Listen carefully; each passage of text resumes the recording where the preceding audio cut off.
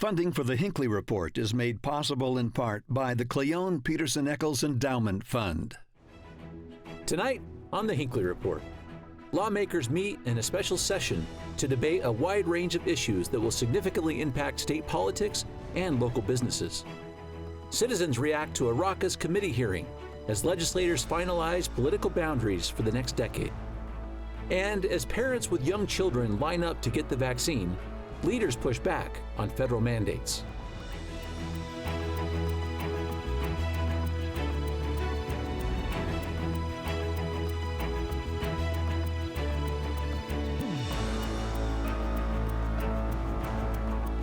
Good evening and welcome to the Hinckley Report. I'm Jason Perry, Director of the Hinckley Institute of Politics. Covering the week, we have Dr. Chris Karpowitz, co-director of the Center for the Study of Elections and Democracy at Brigham Young University. Rebecca Chavez-Hauk, former Democratic member of the Utah House of Representatives. And Spencer Stokes, president of Stokes Strategies. So glad to have you all with us this evening. This has been a big week in politics, particularly for us with our legislature. They just met in special session, 9 items on the call that they were able to discuss, and a couple of them got a little bit heated. I want to talk about a couple of those in particular because the implications are significant throughout the state. Spencer, let's start with you because one of the biggest items was really adopting the maps for the redistricting process we've just been through. You are closely associated with the Independent Redistricting Commission through the proposition that created it. Talk about a little about that, the origin of that, and did you get what you thought you would get when this got put forward? Well, I've been watching this process for 30 years. I started out in my career in a county clerk's office drawing census blocks on physical maps. And over those years, my view of this has changed pretty dramatically. And that is, I think one of the things we need to focus on as Americans, as Utahns, is rebuilding the trust in our institutions. And I think the Independent Redistricting Commission, which I was not involved with the initiative, but I was hired to defend the commission. And it felt like a natural fit for me because I believe that perception is reality in politics, and if you can do things that will set up a greater participation and a greater faith in the system, that's positive. I've told my client I probably should have written a letter to them after we got the commission put in place that they could open the day that the legislature took this up, and it would have said, "Congratulations, you got the commission. You're not going to get anything else." but so I feel like the commission, they did a lot of great work. It was bipartisan. It was appointed by legislative leaders, both on the Democrat side and the Republican side and the governor. And I do believe you had prominent citizens on that commission who listened, and they should have taken their maps. Well, I want to talk about a couple of those points, but Representative, to the part that Spencer was just talking about sort of the faith in the system. I mean, that's an interesting conversation we're having here. Is people voted for this initiative? It was a majority of Utahns voted for it. Did they get what they hoped for out of it? What did this Independent Redistricting Commission have an impact? We know that wasn't a map that they submitted that was selected, but do you believe they had an impact on the process itself? Well, I believe that a lot in public policy is incremental. A lot of change, especially when it's difficult related in this political sphere, is incremental. And I would echo what Spencer said related to the work of the commission. If you look at other redistricting commissions throughout the United States, some of them have dealt with a lot of vitriol or challenges, lawsuits, infighting. Things happen. And for our inaugural commission, for them to have gotten as far as they did to come to consensus on maps, save one commissioner who theatrically and strategically decided to step away from the fray. You have, as Spencer mentioned, bipartisan, unaffiliated, Democratic, Republican that came to consensus on their maps. And so in contrast to what I've seen across the country, I think that the experiment of a redistricting commission here in Utah for this first step to show the legislature and to show the public that a convened community commission can do good work, can listen to the people, and come up with maps that complied with their standards, which were in many cases more rigorous than those that were laid out for the legislature. They were able to do it fairly, and they were able to do it in a way that really did respect both urban and rural interests. Chris, I want to talk about the urban and rural interests, because this is what was really at the heart of what people were concerned about, was what do you do with Salt Lake City? So talk about what these maps did and why it got divided the way it did. Yeah, well, Salt Lake City is divided in this in the map that the legislature eventually accepted, which was not any of the redistricting commission's maps, and so that's important to understand. And unlike in past years, Salt Lake City was divided 4 ways. I mean, we could hold the next Hinckley report taping somewhere around 39th South with each of us sitting in a different congressional district. And that's unusual. We haven't seen that level of division within Salt Lake City before. And I think that made clear the legislature's goal here, which appeared to be to preserve partisan interests above other values that were important in this process and that the redistricting commission took seriously. So we could think about the value of representativeness, our different communities, different interests represented. We could also think about the value of competitiveness, and the maps that were ultimately approved will not be competitive, or will be less competitive than some of the other possibilities that we saw. And so I think that has, in the long run, that can frustrate Utahns who are looking at the process and wanting a greater voice, wanting greater political competition within the state. You know, a decade ago, the argument was, if, we are one media market, and so in order for any congressman to get any kind of media coverage, you need to have some kind of representation in the urban center. But I will argue the other side of the rural-urban divide, because I grew up in rural Utah. And what you now have are 4 people who care most about where the votes come from. And you've probably seen the last rural congressman ever to be elected in the state under these current maps, because Rob Bishop from Box Elder County was elected, but with the population being in the urban areas, the chances of someone coming from a Washington County or a San Juan County or Cache County being elected to Congress is 0, because property doesn't vote. We got away from property owners having a right to vote many years ago. So the population base is in urban areas, and what do political candidates care most about?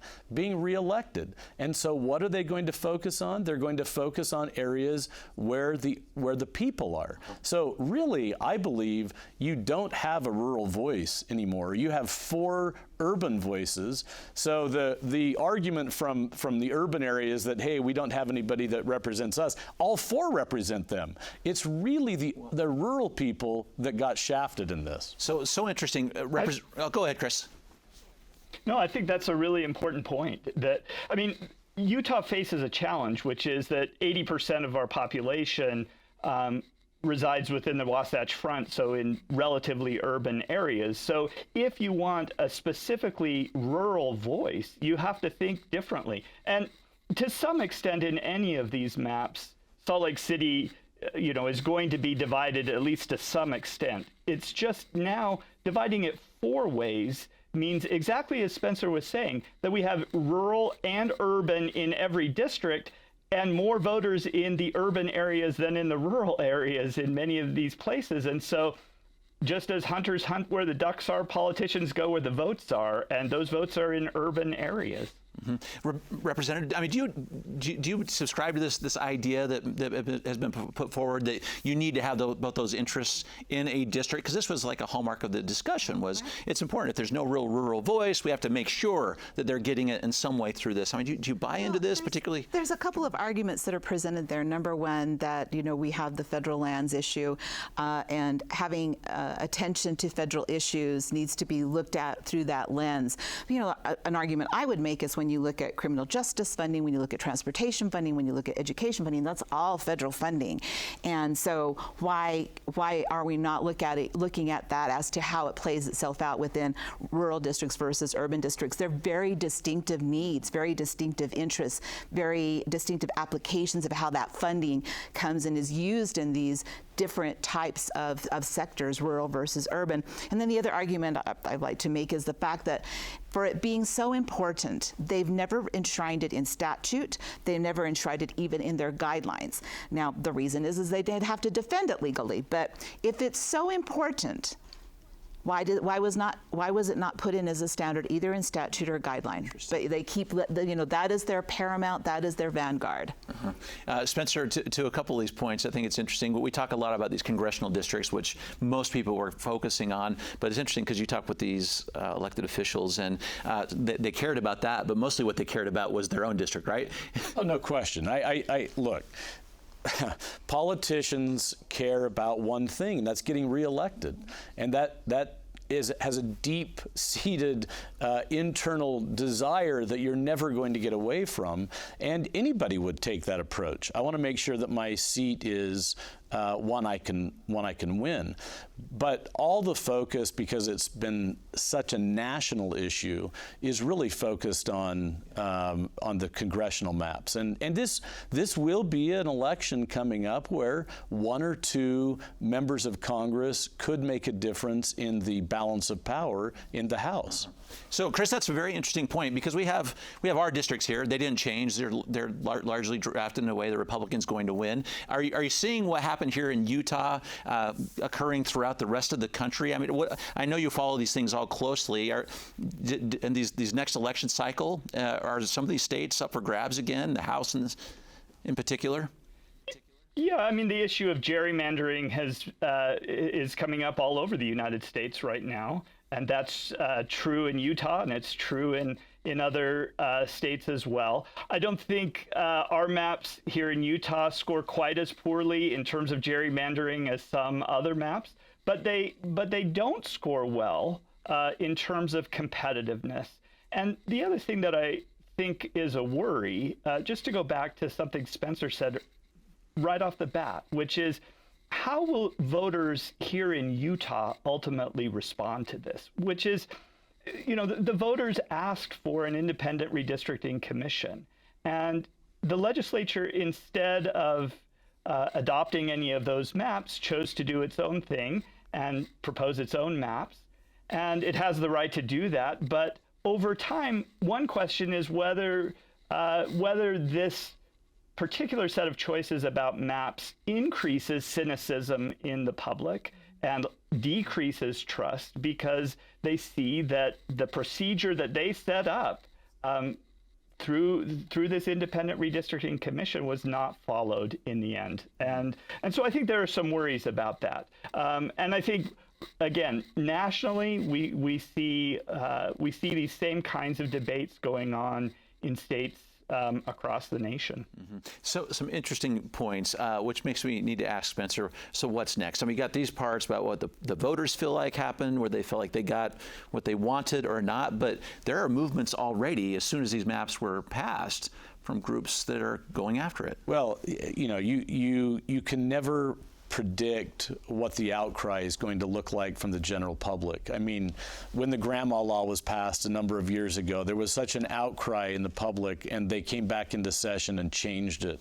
When the tax restructuring was passed, there was such an outcry in the public, they came back and changed it. How will the public react to this? We don't know. I fall on the side of doing everything we can after this very raucous past presidential election to do things that will build the faith and trust in our system. Now, I will be the first to tell you that gerrymandering is not unique to a Republican state. This happens all over the country, and depending on who's in control and who's in power, is how you feel about gerrymandering. If you're in a Republican state, the Democrats feel deeply that you're gerrymandering. If you're in a Democrat state, the Republicans feel deeply about gerrymandering. And you can see where seats have been crafted all over the country. And I think the edge this year in redistricting goes to Republicans nationally because they're in control of more of that process. But I think as policymakers, as leaders, we should try to do everything we can in a day and age where people are so cynical. I'm wearing my "Trust Me, I'm a Politician" cufflinks today for this discussion because we need to do everything we can to try to embolden and empower citizens and bring to pass a time where people trust their government again. If I could just add really quickly This is a really to Jason. important point.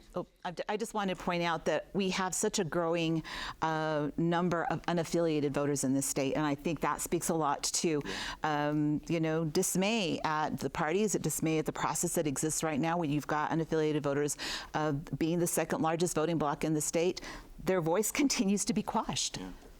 Great point. Chris, go ahead. Yeah, these are really important points because, we typically talk about democracy being the people choosing their leaders, and I think there's a worry when the elected officials choose their own voters, and if voters don't feel like they have confidence in the process that went into that. And so, Spencer talked about the legislature altering things that the voters have done through initiatives over the past several election cycles, and I do think it's important to pay attention to choices that will increase confidence in our system of government generally, in the fairness and the reliability of our elections. Those are sort of core pillars of American democracy, and they're not things that we should play around with. We should be working to shore them up because they're under attack by some forces nationally. That's not talking about anyone specifically here in Utah, but just nationally, there are people who are trying to sow discord and sow distrust of what's happening in our elections. And so the more we can have sort of bipartisan agreement about core elements of the democratic process, the better off we'll be as a state. Mm-hmm. Great points. A couple other issues that occupied a pretty good amount of controversial discussion during this legislative session. Representative, the next one was Dixie State University. We have a new name for them, and this was not an easy one going in. In fact, the votes were not completely certain even as they were meeting. Well, what I would like to do is compliment the legislature for actually following the guidance of a committee that was convened together by the community. That was what was done down in Dixie. You had a convening of individuals who represent the area, the interests of the institution, that gathered and made these recommendations as to the name change. And the legislature heard them and took their deliberations to heart. I think that the new name will aptly suit the institution, and it also speaks to a changing dynamic that exists in terms of what society expects, and I think it will suit the alumni and the students well, the name change. But I did want to call that to attention. Utah Tech University is the new name. Go ahead, Utah Spencer. Tech University. I will tell you that I heard a lot of vitriol from folks in Washington County about this, and I think that the big factor, the difference in Dixie National, Forest and Dixie Electric or any of the other Dixie names, is that the name Dixie on the university campus, they embraced everything that was wrong with the name of Dixie over the years. All you have to do is go and look at the photos in their yearbooks, the Confederate, the rebel flag, the rebel mascot, the slave auctions, the minstrel shows, the blackface. Up until 1980, there were people dressing in blackface. That is, in my mind, is a big difference between that institution and other people who have the name of Dixie. I wish it would all go, but I do think that there is a difference. And I'm trying to tell myself that the people who fought against the name change were well-meaning to preserve the history of that area. I'm having a difficult time believing that. I have a difficult time embracing that because there were so many things that were done that were wrong, and I am thrilled the name has been changed. It was close in the state Senate, and I think there was, people were on pins and needles, and I have to applaud the university president there. This was not an easy challenge for him, but he did something that's going to make that institution better generationally, better for the state, better long-term. I think you heard this discussion of Brad Last's son, who was doing residency interviews, and that very morning, one of the universities he was interviewing with, or one of the hospital systems he was interviewing with, asked about the name Dixie on his resume, and he had to explain it. Now, wasn't it great that he could be proud to explain that his father was at the forefront of changing that name versus my father is fighting to keep that tradition alive? He had a much different narrative. They don't build monuments to people who embrace hate and racism. They build monuments to people who change that. And I'll tell you, I believe President, I call him President Biff, but President Biff Williams, yes. President Williams has done something that a monument should be erected to him because he took on a really ugly issue in that community and made it happen. Chris, I want to get to one more issue that came up and it was discussed heavily in our special legislative session, and it really goes to the vaccine mandate that came out from President Biden, but it's a continuing conversation that's happened in the state. Our legislature, this is through Senator Colomore, a bill that adds a new exemption. So if businesses decide they want to mandate a vaccine, you already have a couple of the exemptions. You have health and you have a deeply held religious belief, and they expanded this to a personal belief. Talk about how they're posturing this particular issue as they see a mandate from the federal government, which, by the way, has been stayed, at least for now, by the Fifth Circuit. Yeah, I think it remains to be seen what will happen with that federal mandate and the extent to which it will survive legal challenge. It seems to me that the state legislature is expanding the notion of what sorts of exemptions should be allowed from a mandate like that in ways that we haven't seen before. In the past, vaccines have not been politicized, and they've been seen as a key to public health. And so it's uncertain to me sort of what a personal belief exemption means and how that differs from or is distinct from a religious exemption.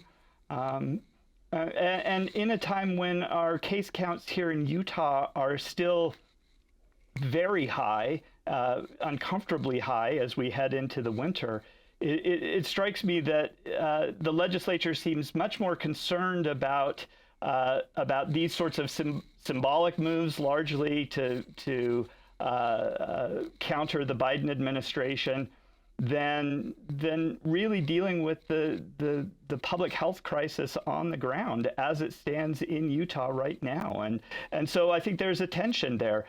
We talked about different values with respect to redistricting. With respect to vaccines, certainly personal choice and individual freedom is a value, but there are other very important values, life itself and health being two of the most important. And so how we balance those as citizens and as elected leaders is incredibly important. And it seems to me the legislature is repeatedly weighing in on the side of individual liberty, but that might be giving short shrift to some of the other values that are really critical for us to get this situation under control. I know we're all tired of the pandemic and ready for it to end, but that's going to require us to work together, and it's going to require reaching out to people who haven't yet been vaccinated and finding ways to get them vaccinated, or to help them to see the advantages of vaccination or other steps that they could take to help us get this under control.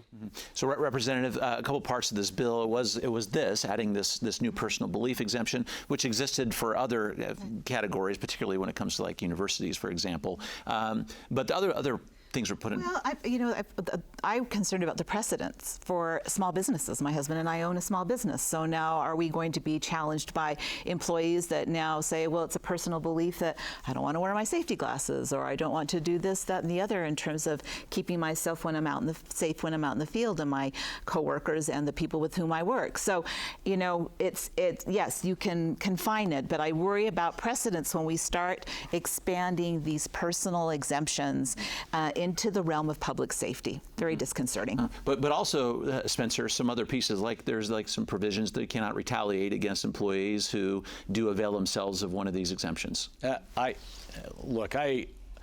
We're all adults. If an adult, I don't believe the federal government should be mandating this, but we all are adults. My more troubling issue is the fact that this has been turned into such a partisan, issue. And it doesn't contribute to the civil dialogue that we're trying to have as a society. I mean, we've seen this through Common Core, CRT, vaccinations, and now we're entering into something I never thought we'd be discussing again in this country, and that's book burning and banning books. Because what has happened is those on the far right have figured out, and the governor's race in Virginia played out in this with CRT, if we can make it ugly and we can make the civil dialogue and discourse ugly enough, we can turn it into an election issue. So my bigger issue is trying to be civil about understanding both sides. I don't believe the federal government should be mandating this, but there are consequences. We see them every day. We all know people who have passed away from COVID because they have not been vaccinated. So it's to continue. Yeah, to continue is right. Very good conversation this evening on some very interesting and important issues. Thank you. And thank you for watching the Hinckley Report. This show is also available as a podcast on pbsutah.org/Hinckley Report, or wherever you get your podcasts. Thank you for being with us. We'll see you next week.